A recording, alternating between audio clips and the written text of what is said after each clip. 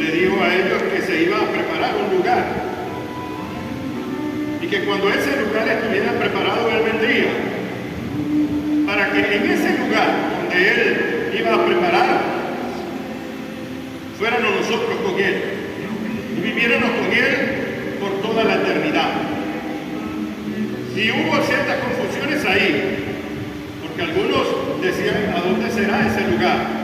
Los israelitas, los judíos, no estaban preparados, ¿no? En su conocimiento, en sus estudios que Dios le había profetizado y dicho a ellos, no era como dijera, una forma de vida espiritual más allá de esta tierra.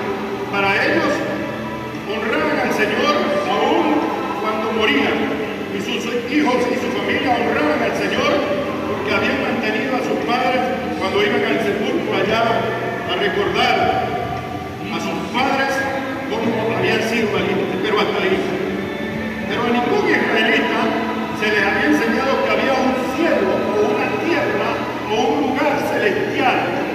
Él sabía que existía, ellos sabían que existía un Dios supremo, soberano, y que el Señor había hablado, aleluya, a través de ángeles con algunos profetas, con algunos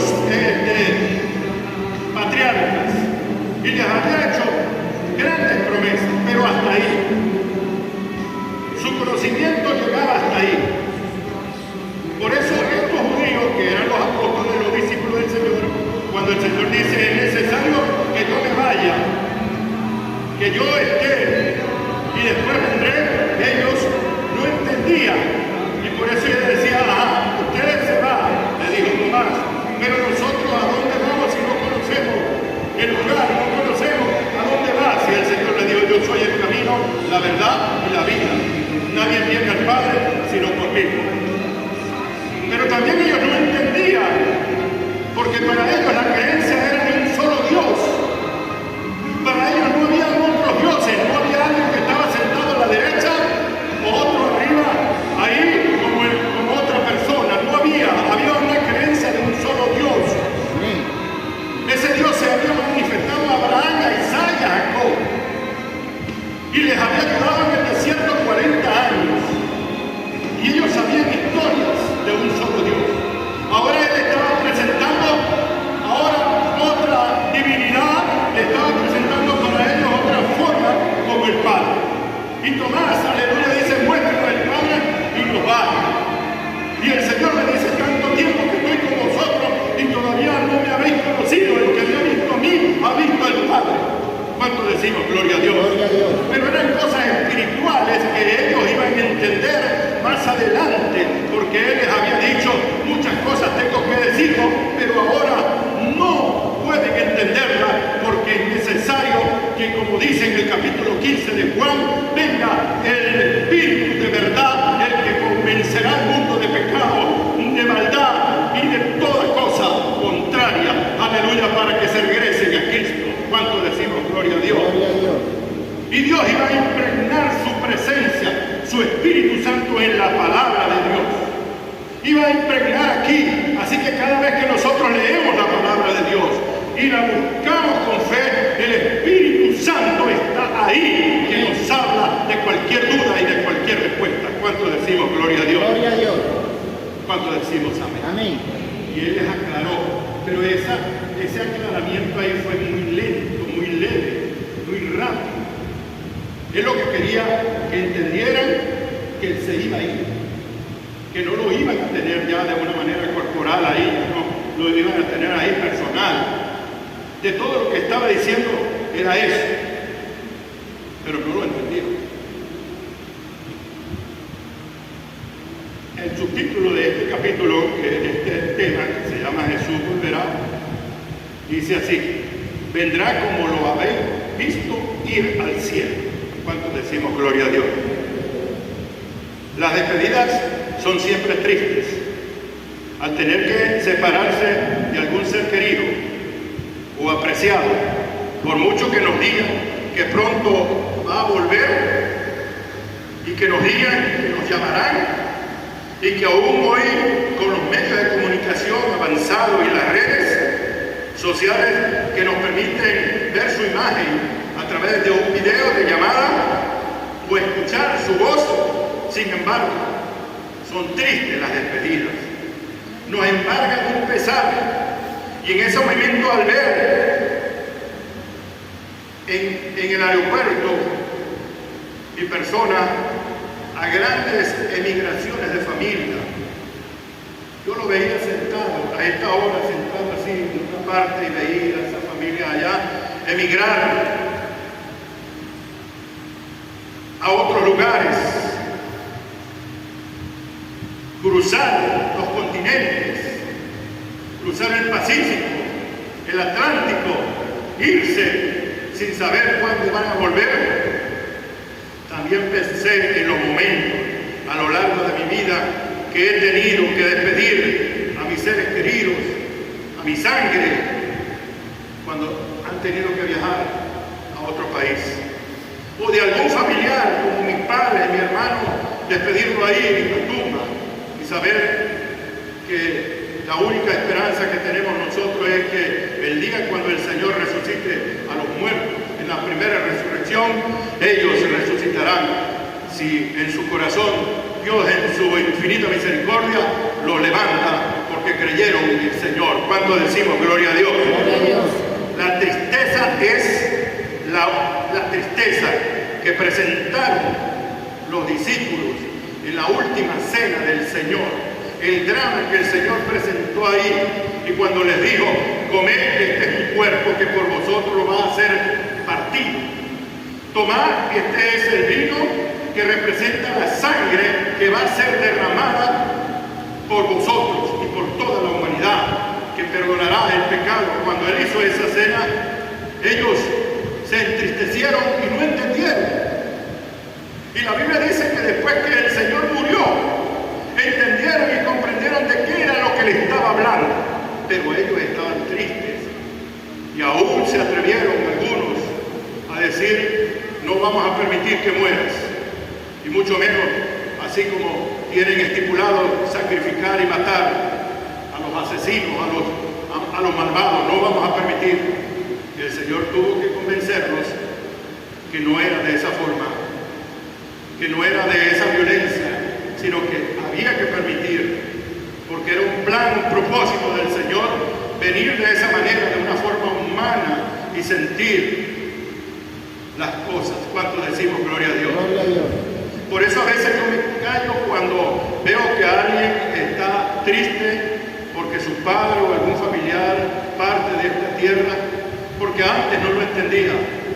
A veces uno consuela y dice que el Señor y tal, y siente, pero cuando ya uno ha pasado por eso, entonces uno siente que esa tristeza no es abarcada aún cuando uno respeta y le da gracias por aquellos que vienen a presentar su solidaridad. Sin embargo, es un dolor que queda en el corazón.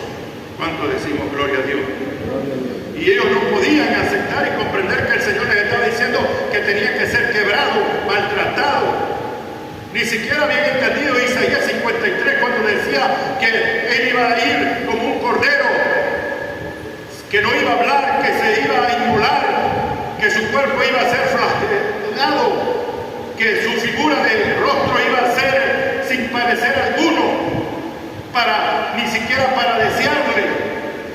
O sea, que su cuerpo iba a ser maltratado de una manera que sus órganos internos iban a colapsar, que sus últimas gotas de sangre iban a salir lentamente en esa cruz. Ellos no entendían eso, pero ellos se entristecían porque querían estar con el Maestro. El Señor los consuela y dice: porque yo os digo la verdad que es necesario que yo me vaya. La despedida de Jesús en el monte de los Olivos no fue fácil para los discípulos. Era la última vez que iban a ver al Maestro en una forma corporal. El Señor a los 3 días resucitó y ellos se alegraron. Aunque estaban todavía en duda, camino a Emaús se le aparece a 2 de los discípulos. Y cuando ellos sienten que era el Señor que había resucitado, ellos, aunque le habían dicho al Maestro: ¿por qué vas a ir más allá si ya está oscuro? quédate con nosotros. Y el Señor comió con ellos y el Señor se manifestó a ellos.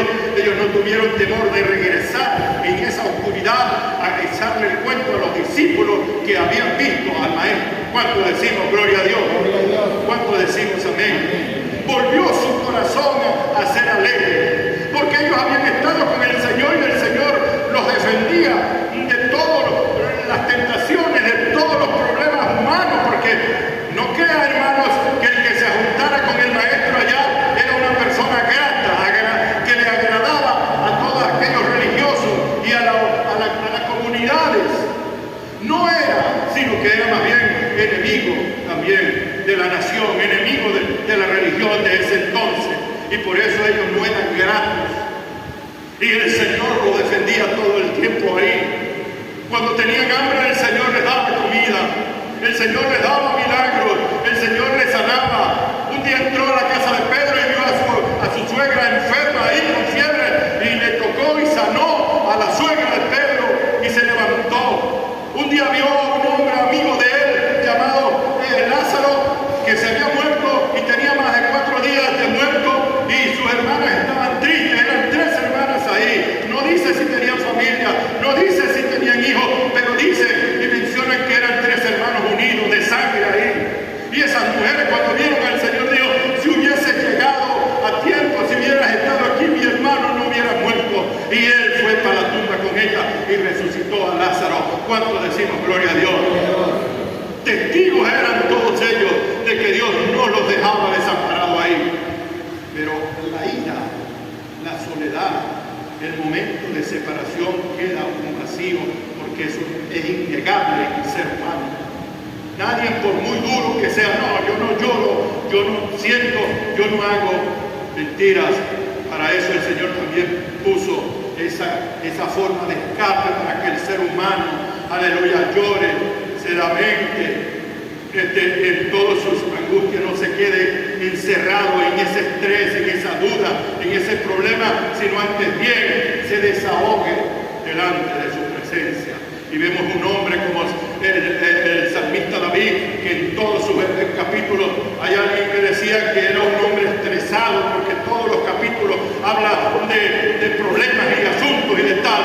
Pero lo bueno es que siempre al final de todos esos capítulos, cuando él dice: mira mi vida, que quieren mis enemigos matarme, mira que quieren comerme como un animal, mira que estoy aquí y mis rodillas ya tiemblan, parece que mi cuerpo no existiera. Sin embargo, al final de todo esto, la conclusión que cada salmo da es que Dios es nuestro protector, que Dios es nuestro sanador, que Dios es nuestro auxiliador, que Dios es el que está con nosotros para siempre. ¿Cuánto decimos gloria a Dios?